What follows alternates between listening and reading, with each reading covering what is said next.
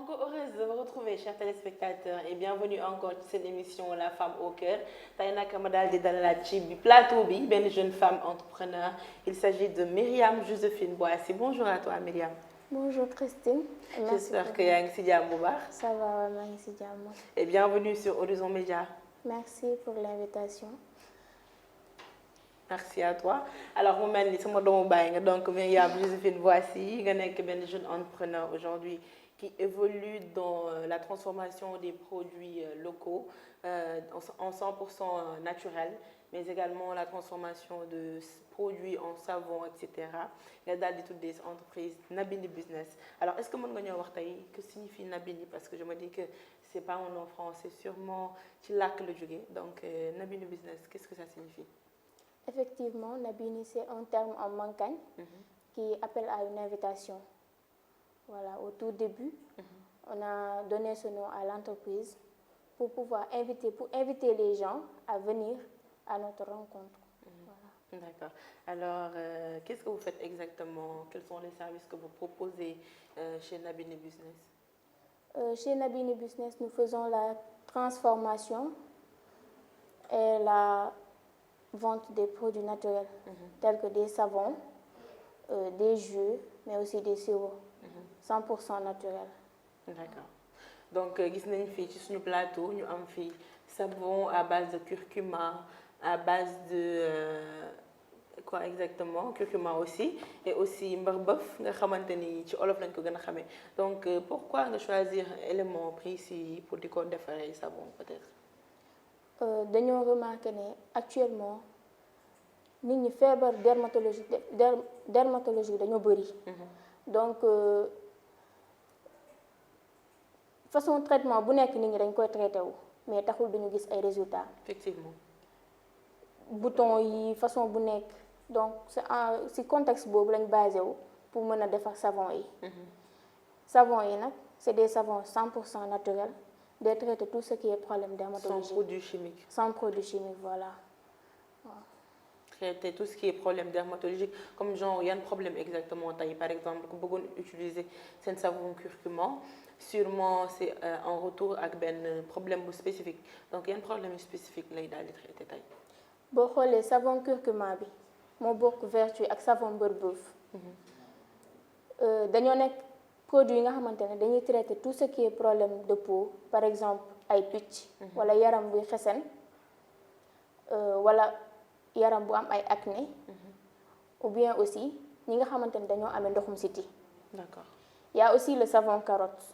Voilà, savon carotte bi nag li muy def mooy déjà carotte naturelle lañ ko defaree, donc anti vieillissement la. Voilà, day dindi wàlle ay rides, day dindi aussi tâches yi nga xamante ne mu ngi ci yaram bi, surtout que léegi dañoo bëri ay xeesarkat. Effectivement. Voilà, donc boo xoolee xeesarkat yi la plupart aussi seen yaram yi dafay bëri ay tâches parce que lu nekk la ñuy utiliser, façon produit bu nekk la ñuy utiliser. Du coup bu ñu utiliser savon carotte Nabini bi da leen di permettre ñu dindi tâches yi nga xamante ne moo nekk ci seen yaram. Voilà. Très important. Donc ñu gis ni tamit yemoo ci ay savon kese.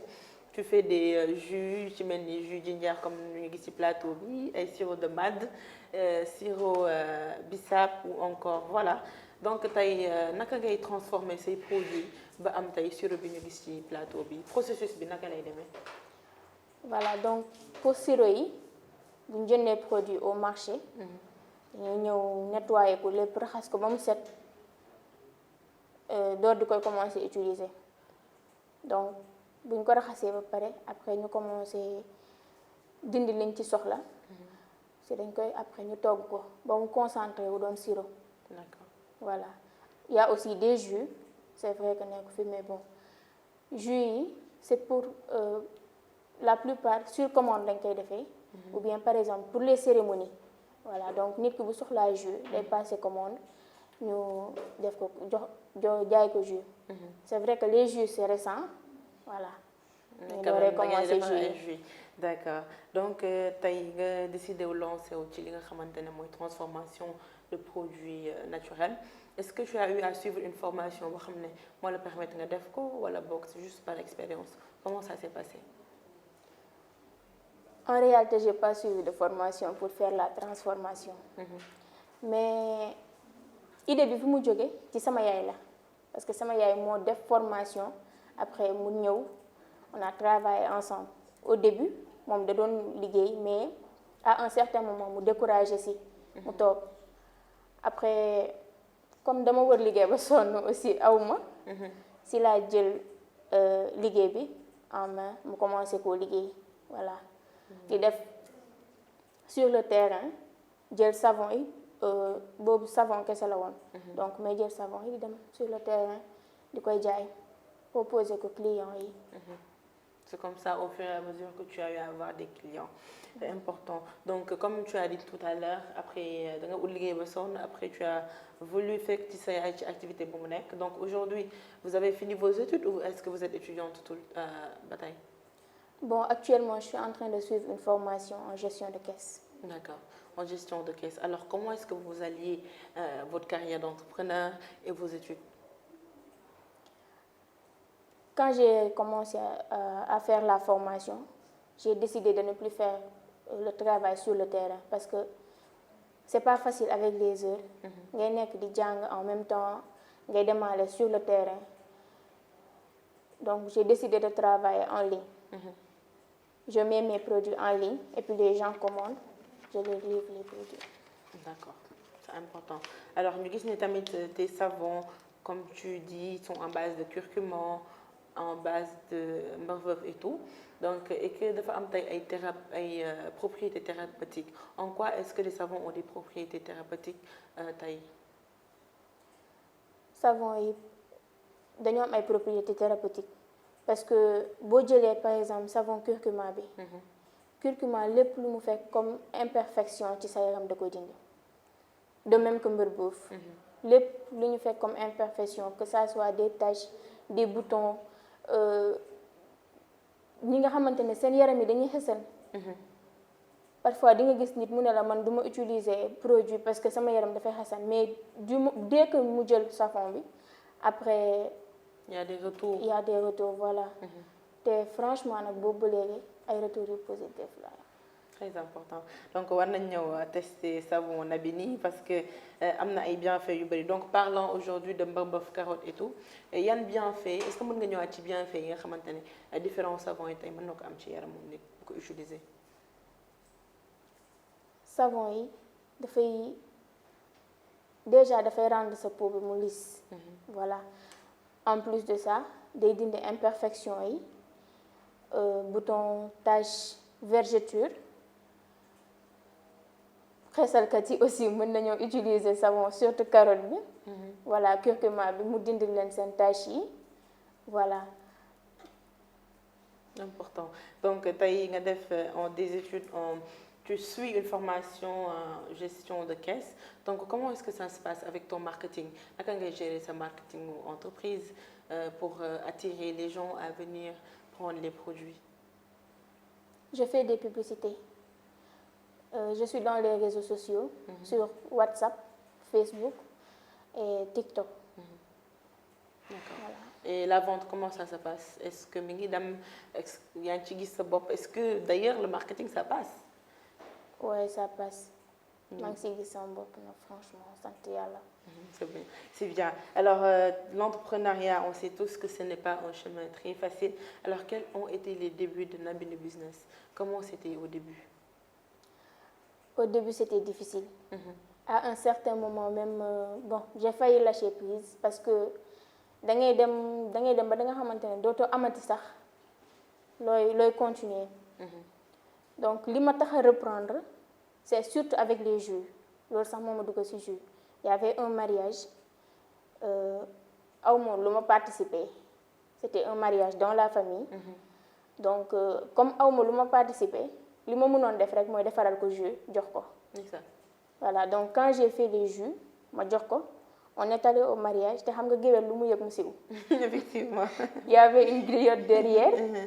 mu consommer jus bi. Elle a apprécié moom si boppam moom moo def publicité bi. C'est en ce moment que elle a demandé qui a fait les jus ñu wax ko ne man la. Et comme il y a le numéro de téléphone. Le lendemain il y a une dame qui a appelé pour passer une commande. D'accord. c'était une commande qui devait voyager même jusqu'à Touba. Donc c'est en ce moment que j'ai commencé vraiment à... Voilà, je me suis dit qu'il ne faut pas se décourager. À reprendre goût Ouais. à l'entrepreneuriat. En tout cas, c'est important. Alors, tamit début naka la woon, avec quelle somme vous avez commencé ou même nee nga activité bi sa yaay moo ko yore woon, donc naka la demee début yi? Est-ce que vous avez eu un gros financement pour commencer ou c'était juste avec les moyens de bord? Bon, on a commencé avec les moyens du bord. On a commencé avec 50 000. Voilà. C'était pas facile parce que déjà les produits pour les avoir, c'est pas facile. Mais par la grâce de Dieu, ça va. Ça va. Alors, produit, comment vous faites pour vous en procurer? Parce que peut-être amna au marché, mais je me dis que amna ay qualité. Donc, on a qu'à sélectionner des produits qu'on va utiliser pour transformer en retour. Dañoo am en fait ñi nga xamante ne ñoom la ñuy dee di woo bu ñu soxlaa produit. ñoom la ñuy woo ñoo ñuy envoyer produit. Voilà. Donc, vous avez un choix peut-être, par exemple, dire que telle chose, ni lañ ko bëggee, pour ne pas ramasser tout ce qui est au marché en fait. Ouais. On sélectionne quand même. On ne peut pas aller dans n'importe quelle boutique pour acheter les produits. Du moment où li nga xamante ne dafay faj la. Donc dañuy ut boutique bi nga xamante ne leer nañu ne fii mën nañ fee amee produit de qualité. Effectivement. ñuy bu ñu soxlaa heure bu ñu soxlaa. kooku la ñuy woo après ñu passer commande. Important. Alors, aujourd'hui, vous êtes entrepreneur et il y a pas mal d'associations qui sont là pour les entrepreneurs. Voilà, donc entrepreneurs, nous formons une cellule. Donc, est-ce que vous avez une association qui peut-être nous les déjà ou encore des séminaires pour que asseoir ces activités? Si, il y a un groupe jeunes entrepreneurs Jeunes entrepreneurs investisseurs catholiques du Sénégal. Okay. Voilà, souvent dañuy dem aussi ces foires yi. Okay. Quand il y a des foires dañuy inviter et nous participer ces foires pour pouvoir exposer nos produits. Important. Alors vous avez aussi, est-ce que vous avez des partenaires en retour combat comme on l'a dit? Si, parce que moi je suis de Mbour. D'accord. Donc avant de venir à Dakar, je peux dire que c'est la formation qui m'a amenée à Dakar. Avant de venir, amoon naa ñi nga xamante ne ñoo nekk sur place su ma amee ay commandes Dakar dama leen di jox ñoom ñu gérer commandes yooyu parce que ce sont des représentants.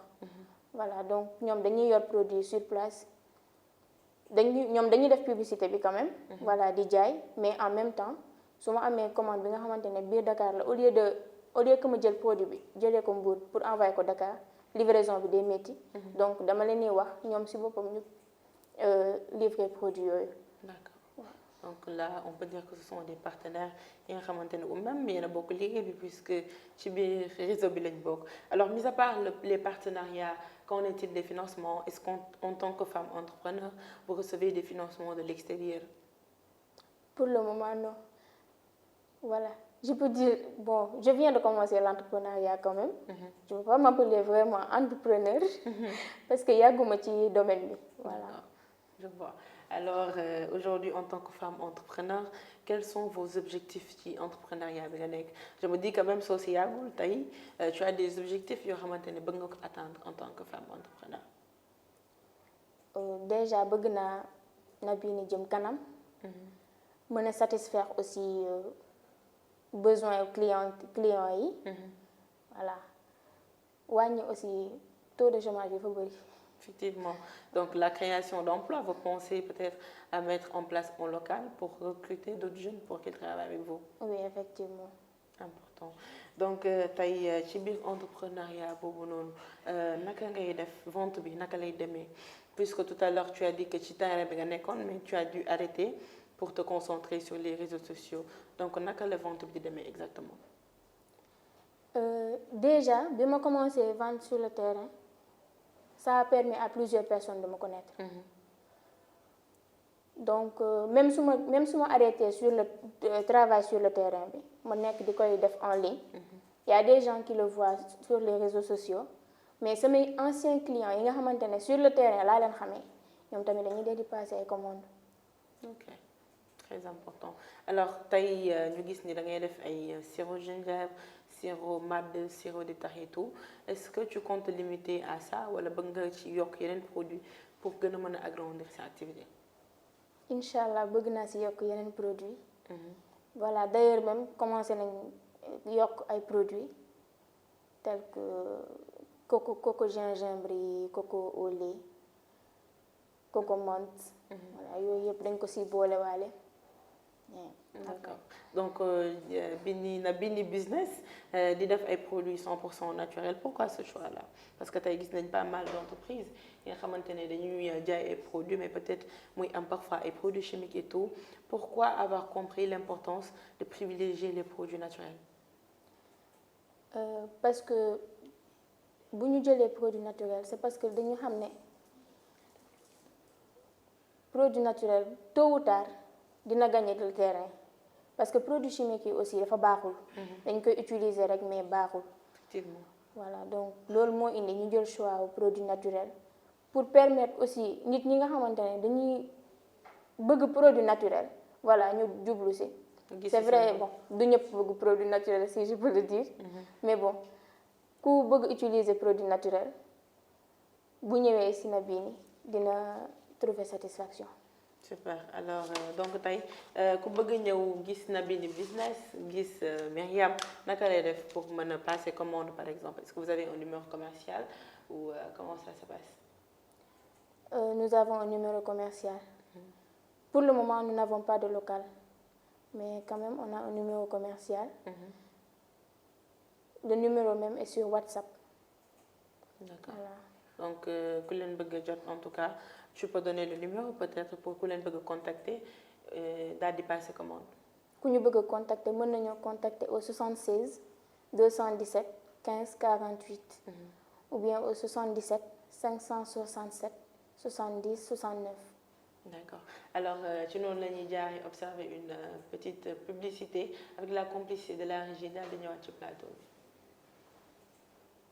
Vous avez toujours rêvé de créer votre propre boutique en ligne? Ne cherchez plus. Avec Jack, vous pouvez concrétiser votre ambition en un clin d'œil. Faites comme Tina et lancez votre boutique en ligne dès aujourd'hui. Chez Jack, nous vous offrons une plateforme simple et intuitive pour créer votre boutique en ligne en quelques étapes seulement. Que vous soyez passionné de mode, de décoration ou de technologie, Jack vous accompagne dans la réalisation de votre projet. N'attendez plus, faites comme Tina et devenez un entrepreneur prospère. Grâce à Jack, vous ne serez jamais seul dans cette aventure. Alors, prêt à faire le premier pas vers le succès? Rejoignez dès maintenant la communauté Jack et faites comme Tina en créant votre propre boutique en ligne. Guy, daw si leen gaaw, entrez dans un monde de style et de saveur au Tamashay Bazar. Waouh, nous vous proposons une sélection tendance d'habillement pour hommes et femmes, des produits alimentaires de qualité, des laits pour le corps nourrissant, des chaussures élégantes, des parfums envoûtants et bien plus encore. Rendez-vous au point E, en face du restaurant chinois. Appelez-nous au 77 805.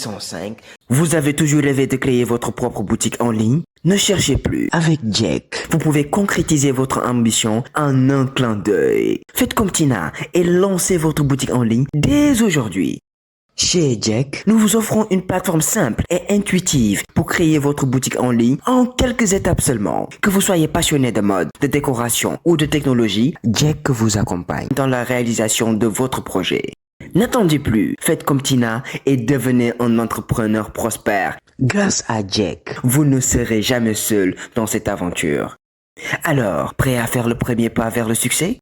Rejoignez dès maintenant la communauté Jack et faites comme Tina en créant votre propre boutique en ligne. Guy, daw si leen gaaw, entrez dans un monde de style et de saveur au Tamashay Bazar. Waouh, nous vous proposons une sélection tendance d'habillement pour hommes et femmes, des produits alimentaires de qualité, des laits pour le corps nourrissant, des chaussures élégantes, des parfums envoûtants et bien plus encore. Rendez-vous au point E, en face du restaurant chinois. Appelez-nous. Alors merci à la régie ñu daal di dellu ci plateau bi toujours avec Myriam donc Myriam parlons des jus ou encore sirop yi nga xamante ne moom ngay defar gis nañ ni récemment la vie est très chère, il y a eu la flambée des prix donc ñu gis ni tamit si biir utilisation bi di nga soxla ci mel ni ay sucre ak d'autres ingrédients est-ce que tey prix bi le fait que mu yokk impacté na seen activité. si prix wu produit impacté na si activité bi. parce que tey boo xoolee lépp a yokk. la vie est chère donc loolu moo indi sax prix yi yokk. prix jus ak sirop yi yokk voilà. parce que à la base c'était à combien ngeen ko doon jaayee. ak léegi ñaata la. à la base c'était à 3000. On vendait les sirops à 3000 mais maintenant on les vend à 4000. à 4000. oui. parce que il y a eu peut-être produits yi nga doon utiliser yu ci mel ni lan lañu yokk prix yi ba tax ngeen mën a tey en retour yokk seen produit seen prix produit. parce que déjà sucre bi rek. sucre bi sirop dafay jël sucre bu bari.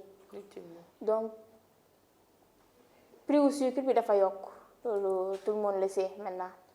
voilà jus yi la même chose day jël sucre en même temps produit que ça soit buy bi gingembre bi yëpp a yokk bisaab bi lépp donc jus yi aussi dañoo obligé yokk prix yi paku jus bi bouteille 25 centilitres yi 6000 lañ ko doon jaayee mais actuellement c'est à 8000 pour am pack bi c'est à 8000 bouteille 1 litre yi c'est à 1200 voilà donc 200 lañ yokk ci bouteille bi c'était à 1000 francs maintenant ñu yokk ci 200 donc c'est à 1200.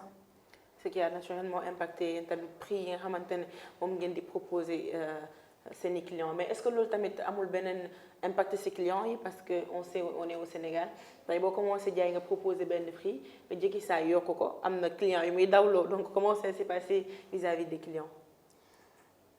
C'est pas facile nag nga convaincre client bi nga xamante ne dafa doon jënd sa produit. nga xëy un bon jour na ko non produit bi dafa yokk. boo ko waxee client bi dafay xaw a réticent. mais bu essayer feneen aussi après moom mooy xool voilà lan moo koy arranger parce que comme ni ko français bi waxee rek les goûts et les couleurs ne se disputent pas. voilà mën na utiliser feneen après mu xool. bu dee dellu si waat mu dellu si. voilà. donc pour dire que parfois c'est pas le prix qui est important mais la qualité. donc tey sûrement bu demee ci keneen gisu fa li mu fa doon war dinañ dellu ci waat ci yow malgré que prix yi yokku na donc ñu gis ni aussi que vous avez des sirops te xam nañ ni sirop moom day laaj dosage peut-être tey naka la client bi mën a utiliser sirop bi de sorte à ce que mu am benn quantité bu normal wala boog loo xamante ne peut-être su ko. utiliser du ko indil ay gàllankoor parce que comme li ñuy wax tout excès est nuisible am na quantité sûrement boo xamante ni moom ngay war a def pour doser ko normalement mën ko naan. pour sirop bi vu que am na ñi nga xamante ne dañoo bëgg sucre am na ñi nga xamante ne aussi ñemewuñ ko. voilà donc dosage bi yow yaay xool boo defee tuuti sirop ci verre bi donc yow yaay jël. ndox mi yow yaa xool nooy def ba noo koy doser ba am li nga bëgg. sinon à part loolu bu dee par exemple da nga am ay invité boo jëlee bouteille sirop bi 2 litres ndox nga siy def. d'accord maintenant bu fekkente ne aussi da nga see bëgg a yokk ndox parce que ñemewoo sucre bi mën nga yokk ndox mais quand même 2 litres ndox c'est prévu pour nga def si 2 litres seulement. pour nga def si 2 litres pour cette bouteille là par exemple. D'accord, important. Alors pour vos produits, tout à l'heure, vous avez parlé des cérémonies que ni ku bëgg mën na leen woo ngeen defal ko jus. Est-ce qu'il y a des tarifs yoo xamante ne da ngeen ko établir carrément pour ces genres de cérémonies là par exemple des tarifs fixes boo xamante ne ku bëgg jus tel lii la à tel wala ngeen di def ay réductions yu ci mel noonu. ku bëgg jus bu fekkente ne par exemple da ngay jël lu mot 20 packs. au lieu de 8000 dañ la koy defaral réduction donc da nga am pack bi à 7500 voilà. D'accord donc aussi pour vous chers téléspectateurs yi xam ne da ngeen am ay cérémonies wala boog ay mariages ngeen bëgg ay sirop ou encore des jus n'hésitez pas à contacter Naby Business ndax nee naa la ay jus yu baax lay defar donc Myriam ñu ñëw rek ci li nga xamante ne mooy ta carrière en tant que femme entrepreneur donc tey comment tu gères la carrière est-ce que la famille elle est là pour t'accompagner wala boog da ngay am ay soucis parfois pour gérer ta vie de famille et ta carrière d'entrepreneur sans parler des études bien évidemment en retour. Entrepreneuriat nekkul lu yomb. Voilà boo si dooree dugg y a beaucoup de difficultés yi ngay rencontrer déjà boo si duggee. boo deful attention sa famille say xarit ñoo lay daaneel en fait ñoo lay décourager loo. Effectivement. lu nekk dinañ la ko wax. surtout bu fekkente ne da nga dépenser sa xaalis après nga daanu parce que loolu moom mënoo see rëcc. Effectivement. Au début foo jaar di nga daanu voilà donc bu fekkente ne yow da nga see dugg sans pour autant que nga ambitieux wala sans pour autant que amuloo ku la jàppale man c'est vrai am naa ci sama famille ñu may jàppale du ñëpp nag. ñoo lay jàppale si say famille sa entourage say xarit et tout mais au moins di nga am quelques-uns yi nga xamante ne dinañ la soutenir ba boo demee bay daanu ñoom dinañ xool ni lay jàppale. donc c'est pas facile nga dugg ci entrepreneuriat voilà. Important. Alors parlant de jàppale boobu noonu tey est-ce que tu as eu à recevoir un certain financement venant de l'extérieur si ñi nga xamante ne peut-être ñoo jàppale entrepreneurs yi pour nga gën a mën a développer sa activité? Non, j'ai pas reçu de financement venant de l'extérieur. Parce que man pour le moment voilà comme je l'ai dit au début je viens de commencer l'entrepreneuriat donc duggaguma vraiment si duggaguma si ba mu xóot pour mën a xam fan ak fan laa mën a jaar. Je suis en train de faire des recherches, je suis en train de rencontrer des gens voilà yi nga xamante ne ñoom mën a jàppale parce que ñoo ma si jiitu ñoom mën a jàppale ba fi ma bëgg a yegg daal ma yegg fa. Effectivement et parlant de recherche tey est-ce que xalaatoo ni boo duggee ci association yi xamante ni entrepreneurs yi lañ fi nekkal dañ la mën a apporter que ce soit en matière de conseil yi naka gën a mën a développer sa activité ou l'aspect pécuniaire financement bi. si parce que boo gisee ku la jiitu. si benn mbir kooku moo la mën a wan yoon bi mais bu fekkente ne dama bëgg a basé wu si sama expérience kese awma expérience voilà. donc bu fekkente ne dama bëgg a basé wu si loolu kese du ma mën a dem.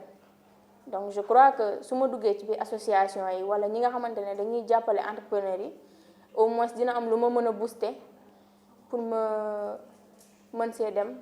mën a egg fi ma bëgg a yegg. Important.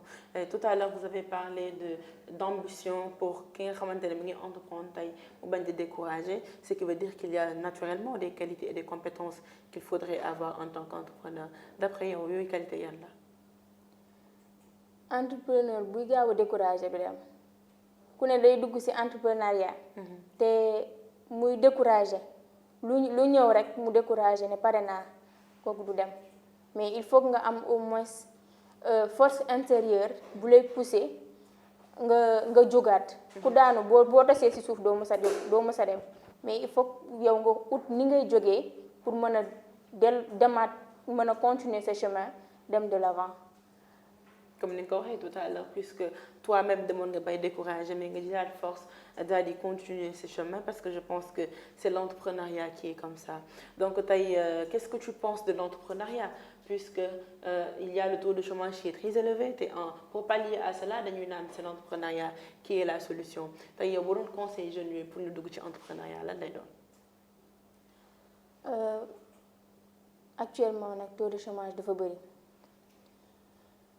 aussi di ngay wër liggéey ba sonn doo ko am. donc may inviter les jeunes surtout les femmes ñu dugg ci entrepreneuriat parce que lu rentable la mënoo see dugg te doo ci gis sa bopp au début nag dina métti. mais il faut pas se décourager nga gëm rek ne tôt ou tard man dinaa yegg fu ma jëm aussi ñi ci ginnaaw ku lay conseiller lu baax. nga ànd ak moom ku lay conseiller lu bon nga noppi seetaan. ut ni ngay yow sa objectif na doon jëm kanam rek. voilà. Et tu as fait appel aux femmes plus précisément. Donc, lan moo tax nga privilégier les femmes? Est-ce que c'est parce que peut-être ñoom ñoo gën a nekk en marge de l'emploi, du taux d'emploi qui est là, wala pourquoi tu parles précisément des femmes pour que ñu mën a ñëw dugg ci entrepreneuriat? J'ai parlé des femmes, voilà, parce que tey boo xoolee jigéen ñi ñoo yor dëkk bi. Jigéen ñi ñoo ko yor donc jigéen bu nga xamante ne dafay toog du liggéey. loolu baaxul ci société. Effectivement bu ñu toogee te liggéey ñu baaxul société bi et vu que liggéey amul. jigéen ñi dañuy wut liggéey ba sonn c'est vrai que góor yi dañuy wut liggéey ba sonn mais bon. Tu es femme daal, tu appelles les femmes aussi à venir se lancer dans l'entrepreneuriat am na solo mais parlons de l'importance de l'entrepreneuriat tey baax na booy dugg ci entrepreneuriat quand même nga am ay astuces bien vrai que mën nga am ci activité mais il faut que tu saches comment faire, comment marketer, naka ngay inviter d'autres à venir. Que penses-tu des formations yu mën a teg pour jàppale entrepreneurs yooyu ñu gën a mën a dëgër ci seen activité?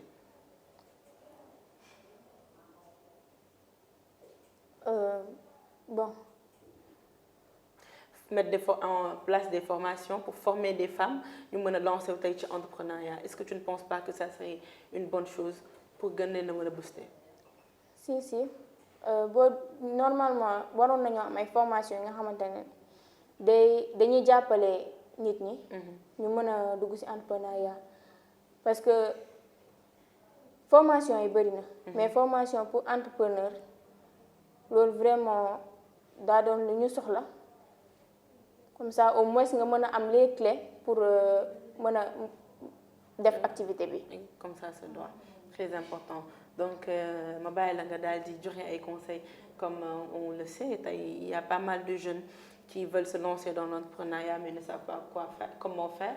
Et je pense que bu ñu xoolee ci yow rek tu es une jeune nga daal di dugg ci entrepreneuriat war nañu mën a inspirer donc tey boo amoon conseil yoo leen doon jox lan lay doon. conseil yi ma mën a jox jeunes yi mooy. conseil en dernier lieu bien sûr. Voilà. Parce que l'émission a été riche mais quand même temps bi xoj nañu. dinañu jàpp rek te bàyyi aussi bu ñu découragé. tout le temps je parle de découragement parce que tey boo xoolee loolu moo ñu téye. Effectivement découragement boobu moo ñu téye donc lu mu métti il faut te dire que man je veux aller de l'avant donc lu ma mën a def ba nga xamante ne dinaa jëm kanam dama koy def. aussi ñu ut daal ni nga xamante ne ñoo ñu jiitu ci activité bi pour ñu mën ñoo jàppale wan ñu yoon bi ñuy topp ba keroog ñu yegg fu ñu bëgg yegg. Important. Alors encore merci à toi peut-être ma bàyyi la nga daal di remercier ñi nga xamante ne ñoo nekk sa ginnaaw ou encore ta famille et cetera en tout cas que ça soit peut-être le dernier mot. Bon, je vous remercie d'abord. Voilà, je remercie ma famille nga xamante ne ñoo ma jàppale ba ma yegg fii. Je remercie aussi ki nga xamante ne tey moo ma booleeg plateau bi ba ma ñëw fii. Voilà. Maxime. Merci à lui. Voilà, je remercie tout le monde. Tout le monde. Merci à toi en tout cas d'avoir accepté l'invitation. Donc je rappelle que Myriam est une jeune entrepreneur di yëngu ci lépp luy transformation de produits naturels di def ay jus, des sirops mais également des savons pour traiter ay maladies dermatologiques yéen ñi nga xamante ne vous rencontrez des problèmes liés à votre peau ay picc ay acné et tout n'hésitez pas à venir frapper à la porte de Myriam la propriétaire de Nabini Business. Donc merci encore à vous chers téléspectateurs, c'était votre émission La Femme au Cœur qui avait reçu sur ce plateau sama doomu baay bi la di Joséphine Myriam Boissy. Je vous donne rendez-vous très prochainement ci seen beneen numéro Femme au Cœur. D'ici là, portez-vous bien.